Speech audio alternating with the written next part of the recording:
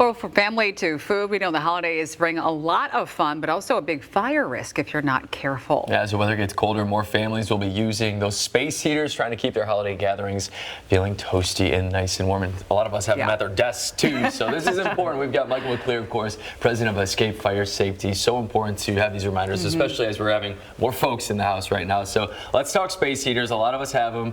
What's maybe the best way to keep us safe? So the best thing to do is make sure when we're in the room, that space heater, keep it at least 3 feet away from anything that can catch fire. That's the couch, it's furniture, other furniture, upholstery. Don't drape the clothing. Sometimes when we were younger, it was fun to put the gloves over the space heater. Don't do that. It's a fire risk.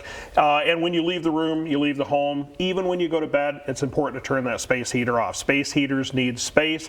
We want to plug them into a wall outlet, not a power strip, and not an extension cord, because they can overheat. They can overload those extension cords or power strips and cause a fire. So that's important. Make sure that we keep space heaters away from the Christmas tree we talked about in the last hour, Christmas trees, and we need to water those trees daily. Keep those trees at least away from the register vents. Sure.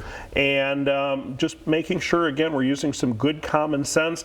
I like to recommend, if people are going to use space heaters, use the new ones that have the tip over device. Sometimes pets and children may tip that space heater over. It'll shut it off. The older style ones won't necessarily do that, and again, it can pose a fire risk. Extremely helpful. It's so nice to have those safety features built in. I know one of the ones that I has as soon as it tips over, it stops working, which is great. Exactly. And if you are going to use a fireplace, make sure you dispose the ashes in a metal container outside. We've reported that there have been fires where tragedy occurs during the holidays. We never want to see that. So fireplace ashes need to go in the metal container with a lid outside, away from the structure. And you know, obviously this time of year is tough for a lot of families too, money-wise. What can people do if they're struggling to pay for heat right now? Yeah, they can always call 211 or their energy provider. There's a lot of solutions out there, and that's really important that you bring that up, because sometimes we don't often think about that in the busy time of the year, and sometimes it's pride. Sometimes people don't want to reach out. Certainly reach out, ask for the assistance.